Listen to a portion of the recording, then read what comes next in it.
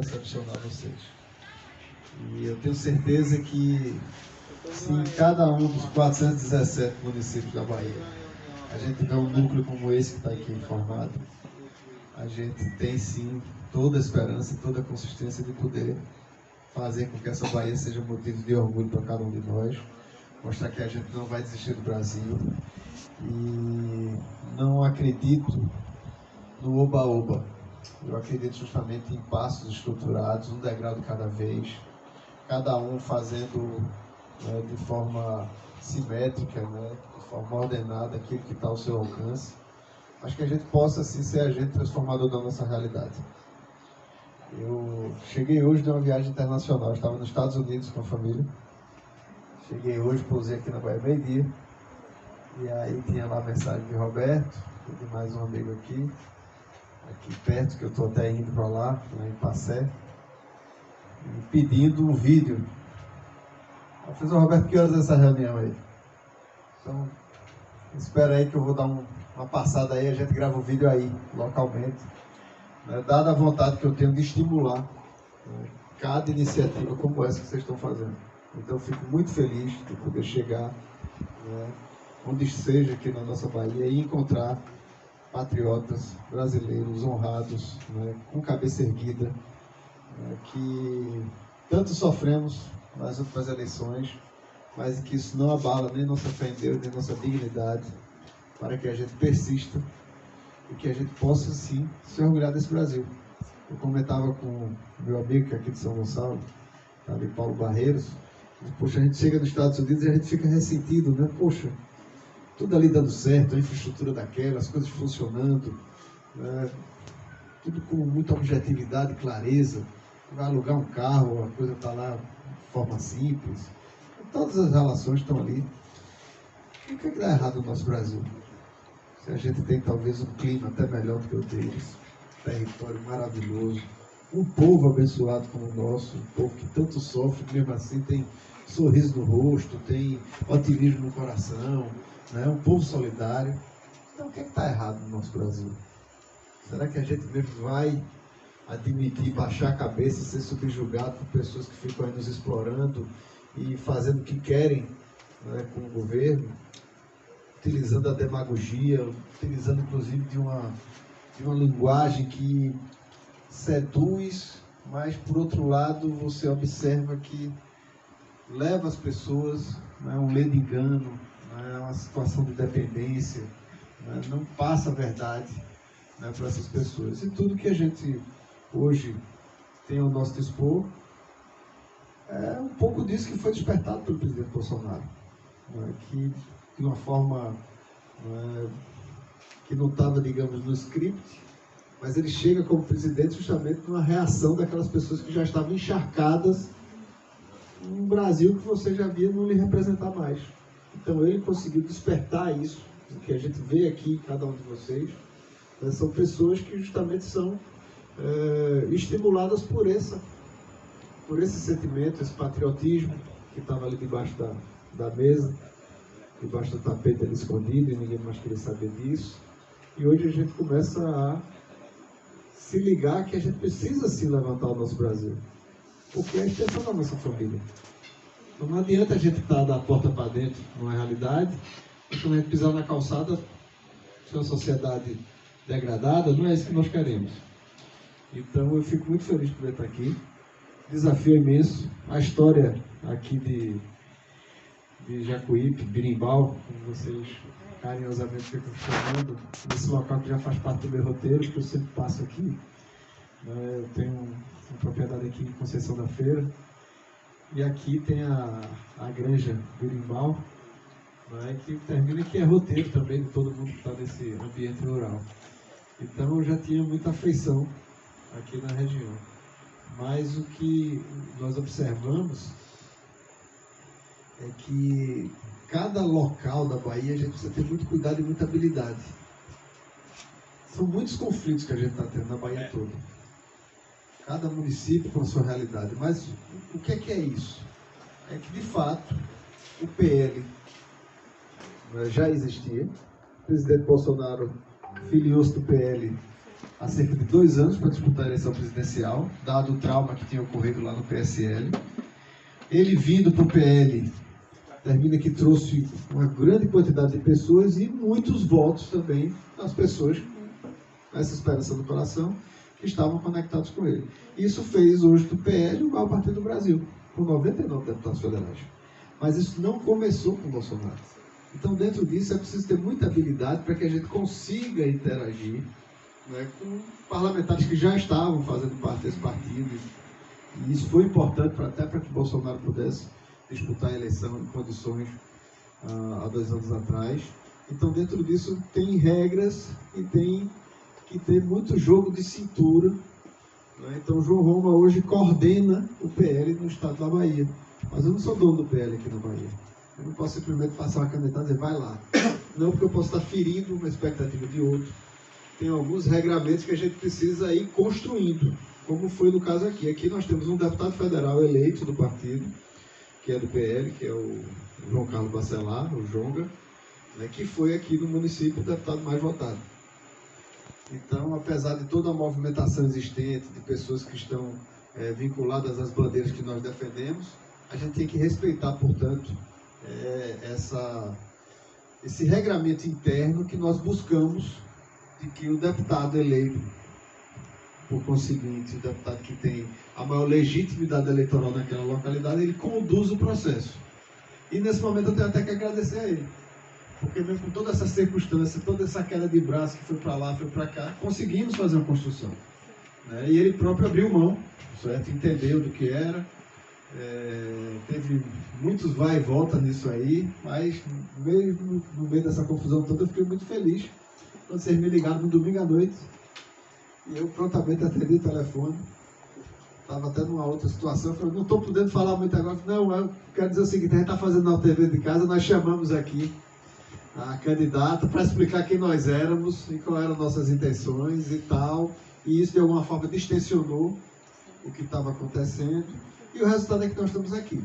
Mas aí também, junto com isso, vem mais uma multiplicação de responsabilidades em cima de cada um de nós. Por quê? Porque aí vem a eleição, especialmente no estado aqui como a Bahia, vocês sabem muito bem que as armas são as piores possíveis. Todo tipo de artimanhas, todo tipo de jogo sujo que ocorre por aí, todo tipo de dependências, seja de cargos, seja de interesses, ou por aí vai. Então, a verdade é que as eleições não são limpas. Por mais que a gente busque fazer isso, né, de uma forma muito altiva, dói, porque a gente vê que existem coisas que covardemente ocorrem durante esse processo e maculam, certo, o que há de bonito, não é, e de legítimo nesse processo democrático.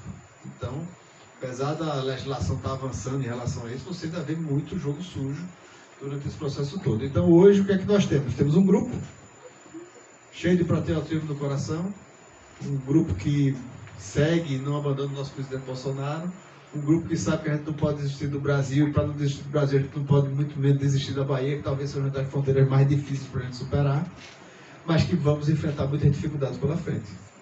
E eu fiz questão de vir aqui, né, para dizer que vocês não estão sozinhos, né, que isso tem ocorrido em muitos lugares, cada lugar tem uma circunstância, detalhes. Tem um município, por exemplo, que tem muitas pessoas queridas e um quer ser candidato a prefeito. Mas ele não está pontuando na pesquisa, é muito difícil. E se ele for candidato a prefeito, termina que a gente vai prejudicar todo um grupo, onde podemos eleger vereadores e ter todo um encaminhamento. E é muito difícil, porque ele também não quer entender isso. E como é que fica? Uma hora alguém tem que colocar o braço na seringa. E eu vou ter que decidir, olha, eu preciso lhe dizer que não vamos ter candidato a prefeito. Porque nós temos um grupo e a gente precisa avançar com esse grupo e não pode todo mundo ser sacrificado por uma vontade de uma pessoa que quer ser candidata a todo jeito. Então, eu acho que tudo isso tem que ser amadurecido em cada local. Aqui mesmo passou por esse processo, quando eu falei depois, o projeto é para uma candidatura, agora não mais, porque já ficou tão em cima o processo que aí já não temos condições de estruturar de forma organizada para poder fazer uma eleição adequada em condições de competitividade. Mas isso gera conflitos em todo canto. Porque eleição, minha gente, é disputa. Eleição é cada um puxando para o seu lado. E quando entra mais disputa do voto, aí é que piorou. A pessoa tem mais ciúme do voto do que da mulher em casa. E aí fica ali, cada um naquela disputa, aquela coisa danada. Né? E mais a estrutura partidária que nós temos no Brasil, que praticamente gera um canibalismo partidário. Em vez de você estar querendo disputar o voto da outra trincheira, você termina querendo passar à frente do colega partidário, tirando o voto dele, em vez de que... É importante saber que isso não vai fazer mais uma cadeira.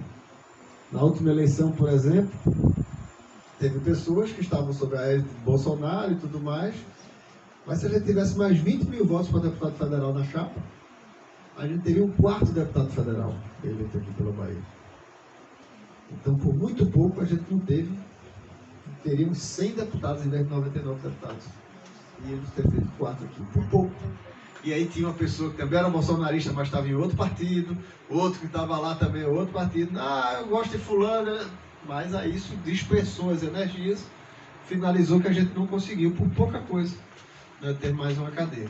Então, é muito difícil a gente entender isso, porque às vezes um determinado parlamentar ou um determinado personagem do partido tem uma forma de fazer política diferente da do outro. Né? Tem gente que segue outros caminhos, que transige demais de um lado e de outro, porque na realidade, no município dele, a influência do governo, isso, naquilo, aquilo, outro. E essas coisas dói demais no coração de quem vai para o asfalto, está ali se desgastando, e fica difícil compreender, não é, certas atitudes. Mas, dentro de um plano mais amplo, o próprio presidente Bolsonaro hoje, ele tem feito um baita esforço para tentar conciliar esses interesses. Outro dia tinha um colega meu, lá do Paraná, e estava saindo do PP para vice-filiar o PL para disputar a eleição. E aí, do que foi falar com o presidente Bolsonaro, eu disse, não, peraí. Aí ligou para Ciro Nogueira, já chamou o outro, pegou os republicanos, pegou o PL e fez, olha, você continua no PP e vamos seguir todos juntos para que você consiga ser prefeito do município. Aí um amigo meu que estava contando o que ia acontecer falou, ué, e Bolsonaro aprendeu a fazer política? Eu fiz, olha, a responsabilidade é tanta, e são tantos sacrifícios e tantas paradas que você tem que naturalmente ir compreendendo nessas circunstâncias que vão desenvolvendo nesse processo eleitoral. Então é muito importante que a gente esteja assim, né, buscando somar essas forças, porque sozinho a gente não vai para lugar nenhum, muito menos na política. Tá? Então essa é a realidade que a gente está vivendo aqui. Eu acredito que a gente vai ter que ralar um bocado para montar uma chapa de vereadores. A questão do vereador é que mesmo que a gente tenha um candidato aqui, o mais votado da cidade, se a gente não tiver outros também puxando o voto, a gente não consegue formar uma legenda e, por consequência, a gente não vai ter nenhum eleito. Então, isso é muito difícil, porque quando você está no local, você deixa de estar em outro local. E, como eu disse, a disputa é acirrada, são vários interesses que entram nisso, são cooptações e por aí vai. Então, era muito importante que a gente conseguisse reunir um time de pessoas para formar uma chapa e, de alguma maneira, ter um representante.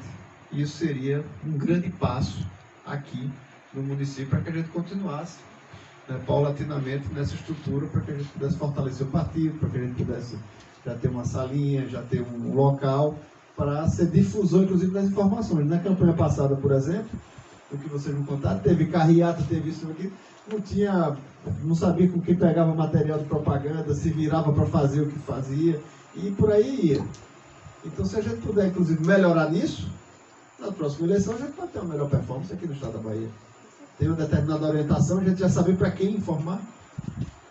Eu não tinha uma estrutura montada na eleição passada. Era candidato a governador, fazia, colocava na propaganda, colocava no Instagram, fazia uma live e tal, e rezava para todo mundo assistir aquilo ali e estar sabendo o que ia acontecer. Colocava qual era a agenda, onde é que Bolsonaro vinha, como é que seria para encontrar. Se a gente pode melhorar nisso, né, agora mesmo, nessa vinda de Bolsonaro já foi bem melhor. Né, já conseguimos organizar, muitas pessoas conseguiram ir lá fazer foto com ele. Né, então foi uma melhor performance que a gente conseguiu já, com essa pouca estrutura, já fazer um evento lindo, né, aquele evento do PL Mulher lá em Salvador, totalmente organizado, todo mundo cadastrado, o negócio... Teve gente que me ligou depois, eu disse, olha, João, eu ia de qualquer jeito, nem se fosse para ficar no sol quente eu ia, mas eu quero dizer que eu fiquei impressionado com o evento, porque nem parecia um evento político. E aquilo ali nos estimula a poder estar participando. A organização, o respeito, todos os detalhes pensados naquilo ali. Então, acho que é nisso que a gente tem que investir, nisso é que a gente tem que avançar, se aprimorar. Ninguém nasce sabendo muito menos de política, ninguém pode estar dando aula de política, cada um tem uma forma, certo? É um pouco, pastor, como pregar a palavra de Deus. Isso, muitas vezes, vem diretamente, e cada um, ao seu modo, sabe transmitir a mensagem. Na política, da mesma maneira, a gente está tratando com gente, e a gente precisa manter essa conexão, mostrar que está junto, para que a gente saiba que não é uma andorinha, não é um desgarrado que está ali, meu Deus, eu estou aqui labutando. Não, a gente tem muitas outras pessoas avançando nisso. Um Brasil grandioso, você vê o presidente Bolsonaro, ninguém é mais atacado que ele está aí semanalmente aí, ó, fazendo agenda, indo para lugares todos, e o povo está com ele. Isso é que a gente vê, tem um presidente que está lá, atualmente no exercício do cargo, mas não tem um povo com ele. E você tem um presidente Bolsonaro que pega o voo da Gol, certo? Vai para os lugares e o povo está todo com ele. Então, acho que isso tudo é motivo de estímulo e orgulho para todos nós. Eu quero, portanto, parabenizar todos vocês por estarem engajados nesse movimento. Desejar muito boa sorte aqui nesse caminhamento. Contem comigo, certo? Não é abuso nem para mim, nem para a Rosalina, nem para toda a nossa equipe do PL. Isso faz parte da nossa missão. E eu digo sempre que política não é profissão. Política é vocação. Vocação vem do latim vocare, que significa chamado do Senhor. Então, quando isso toca a cada um de nós, não é tormento, você não está fazendo aquilo achando ruim. Você vai com muito gosto, como eu estou aqui agora nesse momento.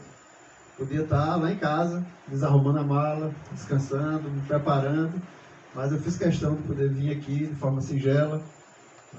Não é nada especial, não precisa multidão, nada. Precisa as pessoas que estejam interessadas no assunto para a gente começar, certo? A se organizar e começar a avançar nessa nossa labuta. Portanto, minha gratidão cabe de vocês e vamos seguir juntos para fazer desse PL não só o maior partido do Brasil, mas o maior partido na Bahia, para que a gente possa mudar o rumo das coisas aqui do nosso estado.